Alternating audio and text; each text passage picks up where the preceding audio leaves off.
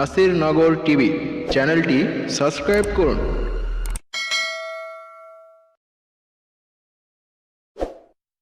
যেন মৃত্যুফাঁদ।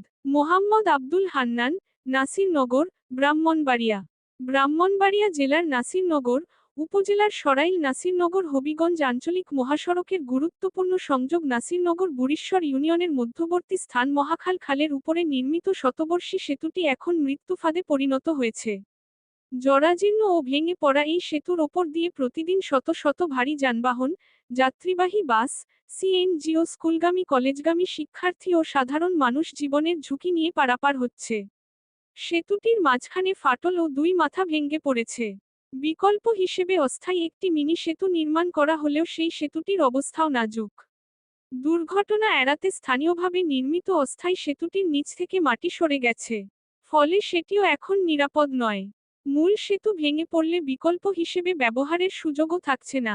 সরেজমিনে গিয়ে দেখা গেছে, সেতুর ডেক ও রেলিংয়ের বিভিন্ন স্থানে বড় বড় গর্তের সৃষ্টি হয়েছে। কংক্রিট খসে পড়ে রড বেরিয়ে গেছে। মূল কাঠামো মারাত্মকভাবে দুর্বল হয়ে পড়ায় হালকা যানবাহন পারাপার হলেও সেতুটি প্রচণ্ডভাবে কেঁপে ওঠে। স্থানীয়দের অভিযোগ, সেতুর একটি অংশ ভেঙে মূল জায়গা থেকে সরে গেছে। বেনিপাড়া এলাকার বাসিন্দা মোহাম্মদ নাজমুল হাসান বলেন, এই সেতু দিয়ে আমাদের ছেলে মেয়েরা স্কুলে যাতায়াত করে। প্রতিদিন আতঙ্কে থাকি কখন না জানি সেতুটা ভেঙে পড়ে। ট্রাক গেলে মনে হয় সেতুটি এখনই ভেঙে পড়বে।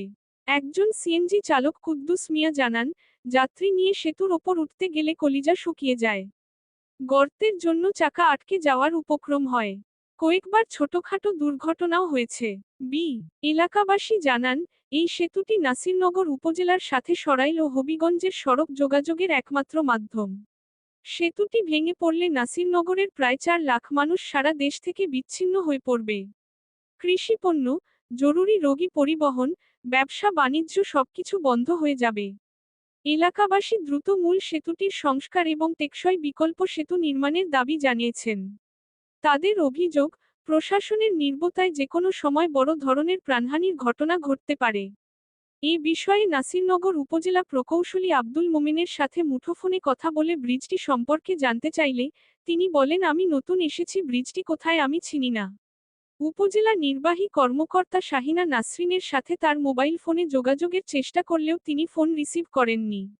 এ বিষয়ে ব্রাহ্মণবাড়িয়া 1 আসনের স্থানীয় সংসদ সদস্য এম এ হান্নানের সাথে মোবাইল ফোনে যোগাযোগ করে জানতে চাইলে তিনি বলেন, বিষয়টি নিয়ে আমি এখনই নির্বাহী প্রকৌশলীর সঙ্গে কথা বলবো।